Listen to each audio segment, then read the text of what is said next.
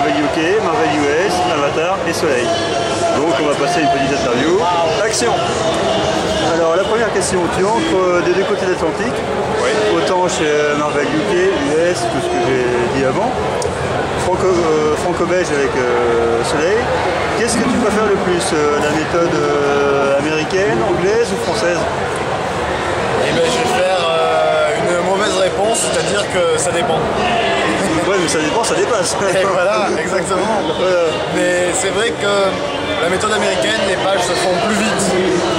Les dessins sont généralement plus simples et donc on est capable de faire plus de pages. Mais parfois on aimerait bien se poser, s'appliquer, mais on peut pas parce qu'il faut faire ces 22 pages par mois et c'est un rythme qui est quand même très soutenu. A l'inverse, la méthode franco-belge, on va dire, on a plusieurs mois pour faire 48 pages et donc c'est souvent beaucoup plus calme niveau rythme. En revanche, les pages sont très poussées. Donc là, on va beaucoup plus loin, on fait très attention. Il y a beaucoup de décors, il y a beaucoup de textures, il y a beaucoup de personnages. Ça demande une meilleure technique d'ancrage, je pense. Donc d'un côté, il y a la rapidité, le côté spontané qui est très agréable. De l'autre, il y a le côté technique, il y a le côté très appliqué qui est agréable. Mais parfois, on a envie de spontanéité, parfois on a envie de s'appliquer et parfois on n'a pas les deux en même temps. D'accord, ok. Tu es entré chez Miniap, chez Avatar Press, la mini-série Cross Family Values. C'est une série avec des zombies et c'est quand même très gore.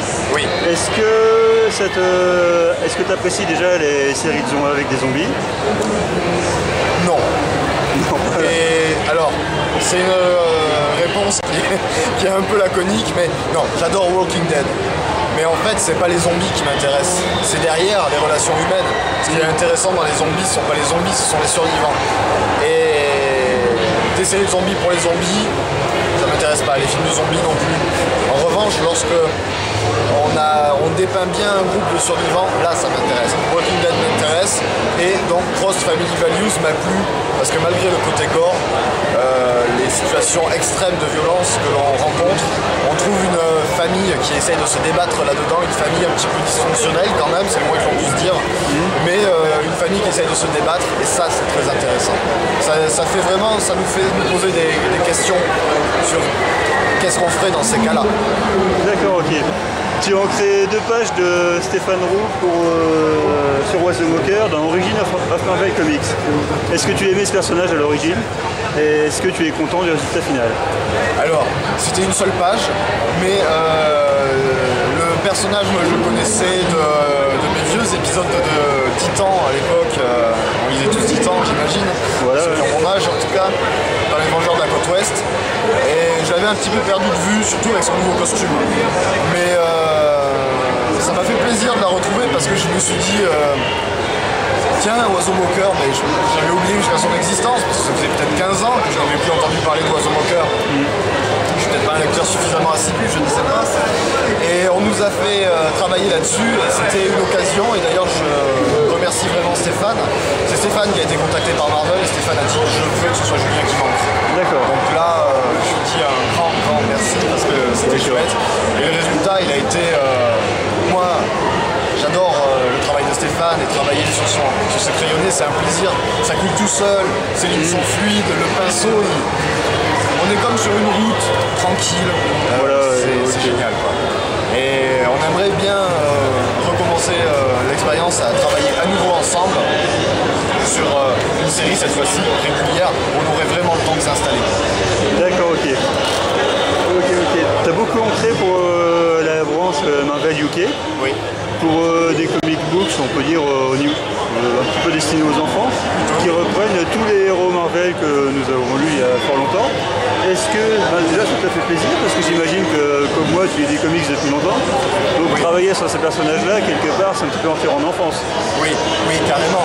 C'est-à-dire que, surtout, c'est mon premier boulot payé. D'accord. Il faut quand même se mettre ça en tête, premier boulot payé, Iron Man. Bon. Oui, c'est pire comme on est plutôt content. Ouais, c'est vrai. C'était lors du salon de Bristol que j'ai pu rencontrer l'éditeur de Panini, parce qu'en fait Marvel UK c'est Panini, c'est l'ange de Panini, et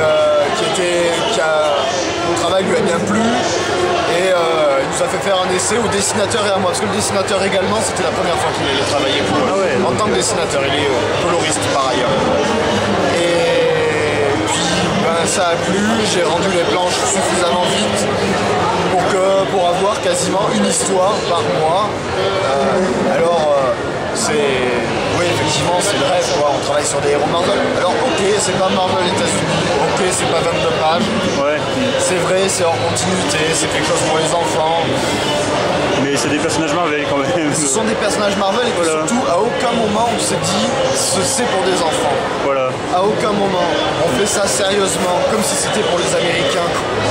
C'est-à-dire que, alors certes, il n'y a pas de violence extrême, hormis le bon pif dans le nez de Jutoré Rascal, etc. Voilà. Le méchant n'est jamais un tueur en série. En revanche, on faisait ça comme si ça devait sortir aux États-Unis. Voilà, donc c'est bien important. On avait la qualité, on avait les héros, on y était. Voilà, c'était l'univers Marvel.